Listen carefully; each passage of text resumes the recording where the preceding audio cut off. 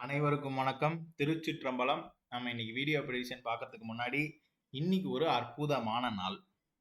அனைவருக்கும் இனிய தமிழ் புத்தாண்டு நல்வாழ்த்துக்கள். நம்ம வந்து இங்கிலீஷ் நியூ இயர் செலிப்ரேட் பண்ற அளவுக்கு தமிழ் நியூ இயரும் செலிப்ரேட் பண்ணணும்.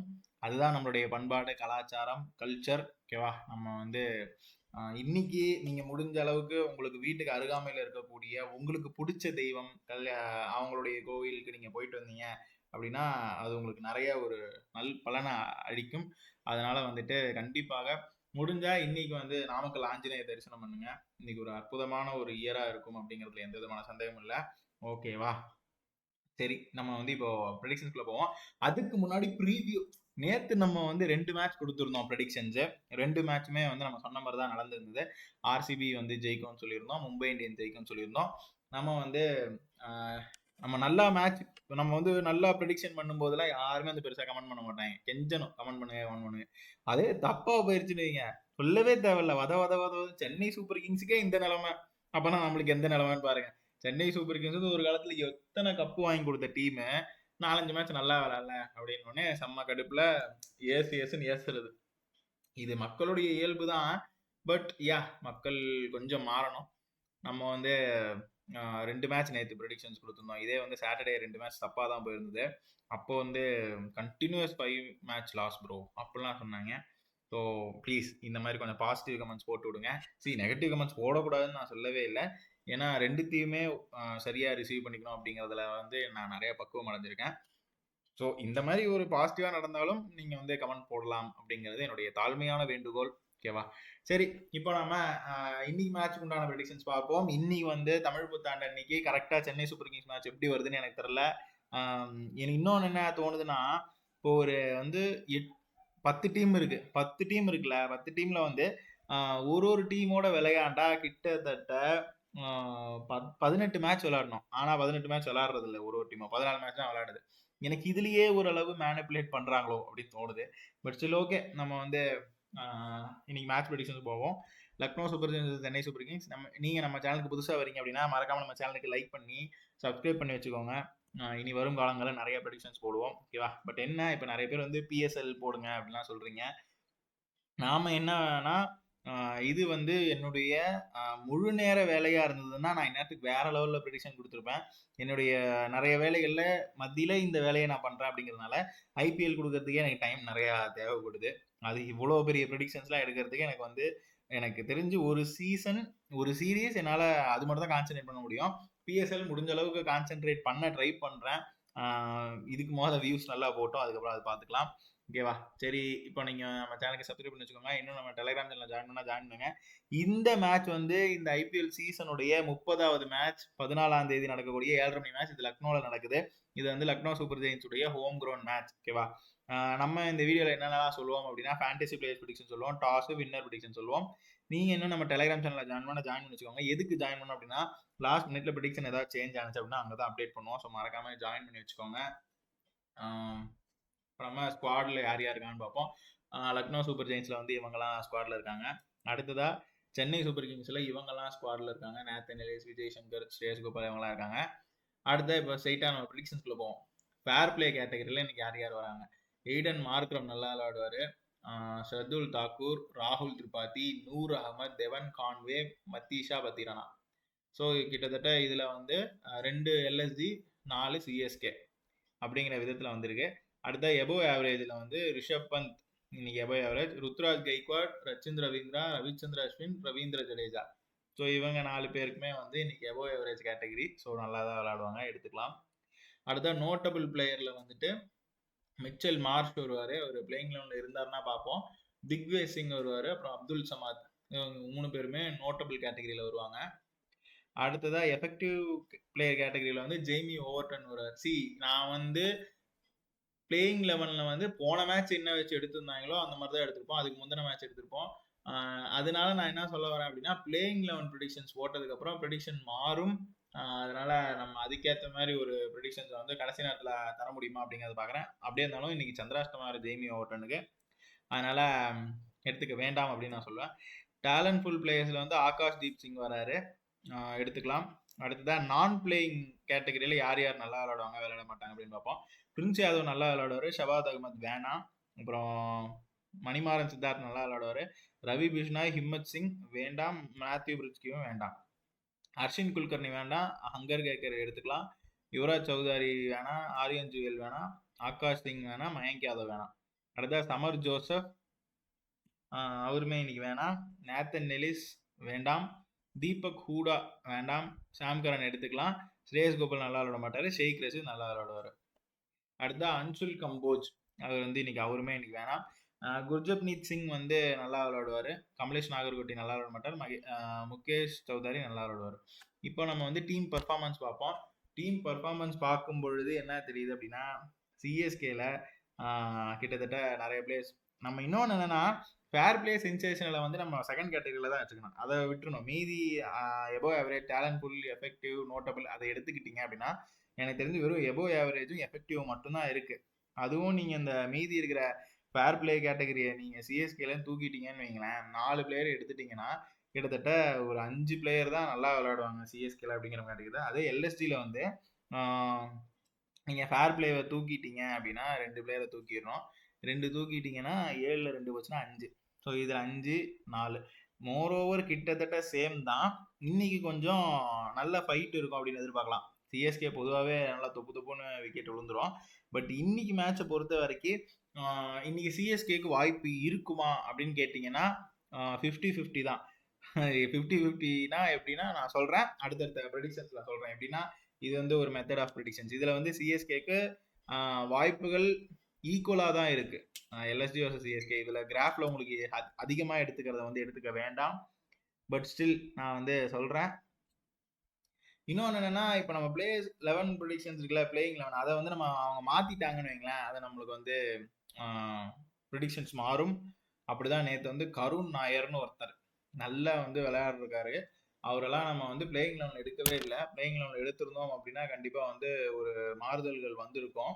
பட் ஸ்டில் நேற்று மும்பை இந்தியன்ஸ் வந்து வெறித்தனமான மேட்ச், பார்க்க அப்படியே சந்தோஷமா இருந்தது. என்னடா 3 பால்ல 3 ரன் அவுட்டா அப்படின்ற மாதிரி இருந்துச்சு. சரி, ஓகே, இப்போ நம்ம ப்ரெடிக்ஷன்ஸ்ல போவோம். ஃபிளாப் பிளேயர்ஸ்ல Ayush Badoni, David Miller, Nicholas Pooran ஃபிளாப்பா. ஓகே, பார்ப்போம். அடுத்ததா ரவி பிஷ்னாய், அப்புறம் ஹிம்மத் சிங், மேத்யூ பிரிட்ஸ்கே, இவங்கெல்லாம் நல்லா விளையாட மாட்டாங்க. அர்ஷின் குல்கர்னி, யுவராஜ் சௌதாரி, அப்புறம் ஆரியன் ஜுவேல், ஆகாஷ் சிங், ஆவேஷ் கான், மயங்க் யாதவ் இவங்க நல்லா விளையாட மாட்டாங்க. தீபக் ஹூடா நல்லா விளையாட மாட்டாங்க. சிவம் துபே, கலீல் அகமத், எம்எஸ் தோனி.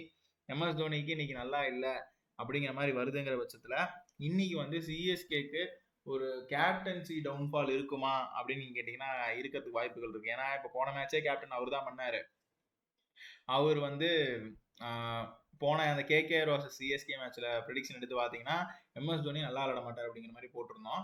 பட் அவர் நல்லா விளையாட மாட்டார் அப்படிங்கிறது வந்து எப்போ கரெக்டாக இருக்கும்னா அது பிளேயரா இருந்தா பற்றி தான். இப்போ அவர் கேப்டன் அப்படிங்கிறப்போ டீமும் லூஸ் ஆகிறதுக்கு வாய்ப்புகள் இருக்கும். இப்போ எம்எஸ் தோனி வந்து இன்னைக்கு கேப்டன்சி வந்து நல்லா பண்ணாலுமே வந்து டீம் லக்கு அவருக்கு இல்லை அப்படிங்கிறது வந்து நல்லா அப்பட்டமா தெரியுது.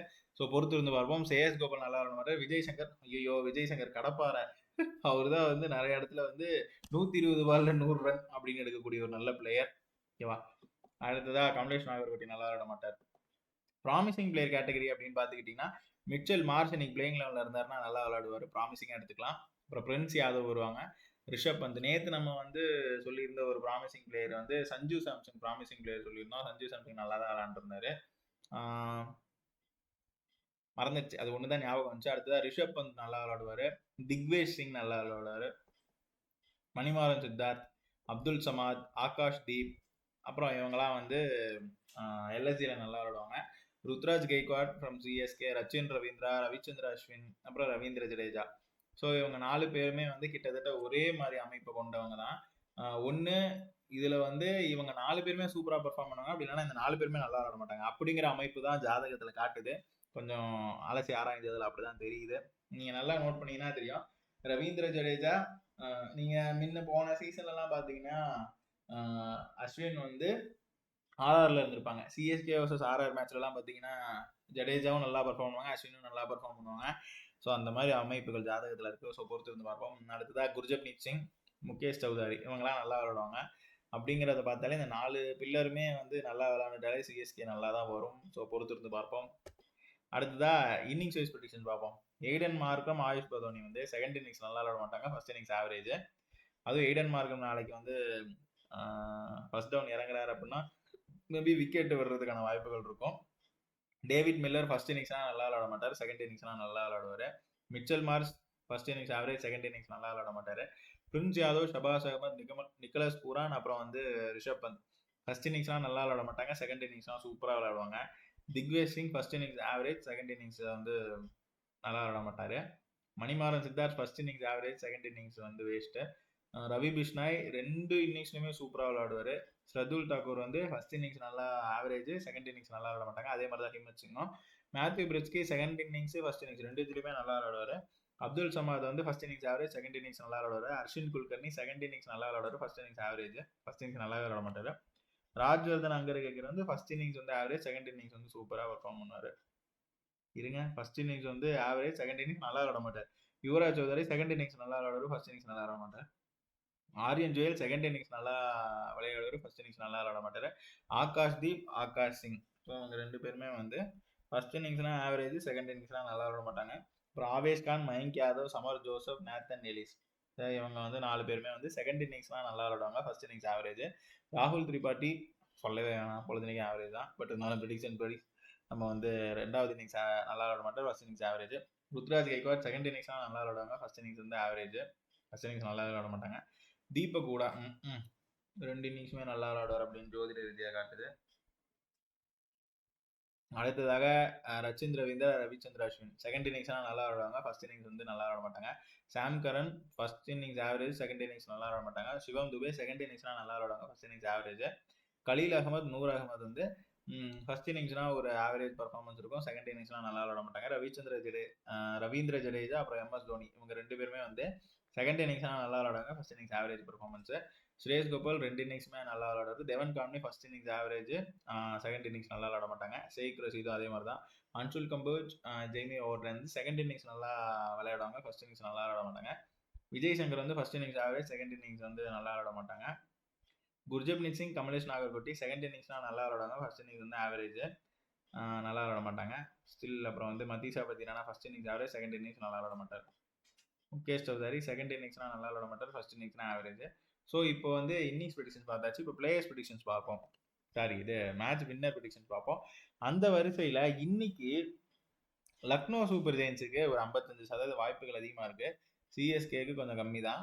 பட் ஸ்டில் இப்போ வந்து இந்த மேட்சை பொறுத்த வரைக்கும் ஃபர்ஸ்ட் பேட்டிங் டீம் அப்படி இல்லைனா ஹோம் கிரவுண்ட் டீம், அதாவது நாளைக்கு எல்எஸ்ஜி ஃபர்ஸ்ட் பேட்டிங் பிடிச்சது அப்படின்னா நீங்கள் 100% ஆணித்தனமாக எல்எஸ்ஜி நாளைக்கு ஜெயிக்கும். சிஎஸ்கே ஃபர்ஸ்ட் பேட்டிங் பண்ணிட்டா என்ன பண்ணுறது அப்படின்னா, இப்போ வந்து நம்ம எப்போல்லாம் ஃபர்ஸ்ட் பேட்டிங் சொல்லணுமோ அப்போல்லாம் ஹோம் கிரவுண்ட் டீம் ஜெயிக்குங்கிற இன்டைரக்டான ஒரு மீனிங் இருக்கும். அப்போது சிஎஸ்கே ஃபர்ஸ்ட் பேட்டிங் பிடிச்சிட்டா என்ன பண்ணுறது அப்படின்னு நீங்கள் கேட்டிங்கன்னா, அப்போ நீங்கள் வந்து எய்தர் நீங்கள் first batting team, second batting team என்னோட ப்ரெடிக்ஷன்ஸ் எடுத்துட்டு சிஎஸ்கே மேலேயும் வைக்கலாம், அப்படி இல்லைனா ஹோம் கிரவுண்ட் மேட்ச் தான் ஜெயிக்கும் அப்படின்னு சொல்லிட்டு எல்எஸ்ஜி மேலே வைக்கலாம். பட் இது நீங்கள் கன்ஃபியூஸ் ஆகக்கூடாது, அதனால தான் நான் டெலிகிராமில் போடுறேன். ஸோ வந்து டெலிகிராமில் நான் வந்து அப்டேட் பண்ணுவேன் டாஸ் போட்டதுக்கப்புறம். மறக்காமல் நம்ம டெலிகிராம் சேனலில் ஜாயின் பண்ணி வச்சுக்கோங்க. இந்த மேட்ச் வந்து எப்படி இருக்கும், ஒரு ஹிண்ட் எப்படி சொல்லலாம்னா, டபுள் சைடாக போகிறதுக்கு வாய்ப்புகள் இருக்கு. ஆனால் இப்போ எப்படி சொல்கிறது, லக்னோ சூப்பர் ஜெயின்ஸே சில டைம் சிஎஸ்கே ஜெயிக்கிறதுக்கான வழியை அவங்களே போட்டு கொடுப்பாங்க அப்படின்னு சொல்லலாம். இப்போ எப்படி சொல்கிறதுனா, இப்போ வந்து இப்போ சிஎஸ்கே ஒரு 4 அடிக்க வேண்டிய இடத்துல அவங்க வந்து என்ன பண்ணுவாங்கன்னா, ஒரு 2 ரன்னை 2 பால்ல எடுத்துட்டு போயிடலாம் அப்படின்னு நினைப்பாங்க. ஆனால் அவங்க மிஸ்ஃபீல்டுனால ஒரே பால்ல 4 எடுத்துட்டு போயிடுவாங்க. ஸோ இந்த மாதிரி நிறைய விஷயங்கள் வந்து கொஞ்சம் டிலே ஆகிற விஷயத்த எல்எஸ்ஜி கொஞ்சம் அவங்களுக்கு சிஎஸ்கேக்கு சீக்கிரம் பண்ணி கொடுக்கறதுக்கான வாய்ப்புகள் இருக்கு. இது வந்து எல்எஸ்ஜின்னு சொல்லலாம், இல்லை ஃபர்ஸ்ட் பேட்டிங் பண்ணி முடிச்ச டீம் வந்து செகண்ட் பேட்டிங் பண்ற டீம் இருக்கு இல்லையா, அப்போ வந்து அவங்க ரன்னை எப்படி சொல்றது, அவங்க ரன்னை வந்து நிறுத்த தானே பார்க்கணும், இவங்களே சில டைம் ரன்னை எடுத்து கொடுத்துருவாங்க, மிஸ்ஃபீல்டு இருக்கிறதுக்கான வாய்ப்புகள் அந்த மாதிரிலாம் இருக்கும். அப்புறம் வந்து அன்வான்ட் ரன்ஸ், இதெல்லாம் இந்த பந்து இப்படி போட்டிருக்கவே தேவையில்லை, இப்படி போட்டுருவோம், அந்த மாதிரிலாம் இருக்கிறதுக்கான வாய்ப்புகள் இருக்கு. ஸோ எப்படி பார்த்தாலும் ஃபர்ஸ்ட் பேட்டிங் இல்லைனா எல்எஸ்ஜி, அப்படி இல்லைனா சிஎஸ்கே வந்து ஃபர்ஸ்ட் பேட்டிங் பிடிச்சாலும் என்ன இருக்கு அப்படிங்கிறத நம்ம டெலிகிராம் சேனல் சொல்லுவோம். மறக்காம நம்ம டெலிகிராம் சேனல் ஜாயின் பண்ணுங்க, லிங்க் வந்து கீழே டிஸ்கிரிப்ஷனில் இருக்கு. வேற ஏதாவது கேள்விகள் நீங்கள் கேட்கணும்னா கமெண்ட் செக்ஷனில் கேள்வி கேட்கலாம், வாட்ஸ்அப்லேயும் நீங்கள் எனக்கு கேள்வி கேட்கலாம். ஓகேவா? மீண்டும் இன்னொரு வீடியோவில் வந்து உங்களை சந்திக்கும் வரை உங்களிடமிருந்து விடைபெறுவது உங்கள் ஜோதிடர் பாஸ்கர் யோகேஷ். நன்றி, வணக்கம்.